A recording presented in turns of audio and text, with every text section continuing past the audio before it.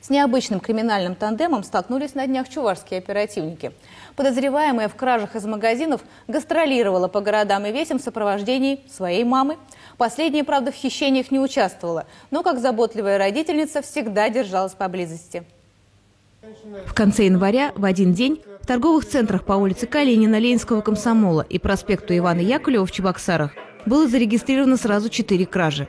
Как установили оперативники, 2 планшета, видеорегистратор и телефон покинули отдел электроники и бытовой техники вместе с молодой женщиной, побывавшей во всех точках. В ходе анализа видеонаблюдения было установлено именно тот факт, что она брала похищенное имущество, которое у нас прошло, а в последующем, пройдя кассовую зону, не заплатила за данное имущество. Предположительно, для проноса похищенного злоумышленница использовала проложенную фольгой сумку.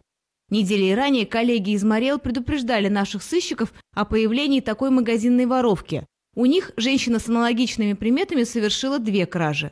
В ходе совместных мероприятий личность гастролерши была установлена.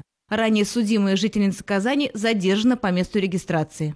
Она пояснила, что совершает подобные кражи на постоянной основе, в том числе в других регионах, но у себя в республике Татарстан она в основном совершала мелкие хищения, которые подпадают под административный состав. В ходе обыска в квартире подозреваемой, которая состоит на учете у наркологов, ничего из похищенного обнаружено не было. Возможно, сбывать технику жительнице Казани помогала мама, сопровождавшая ее в поездках. По фактам краж в Чебоксарах 35-летняя задержанная полностью признала свою вину.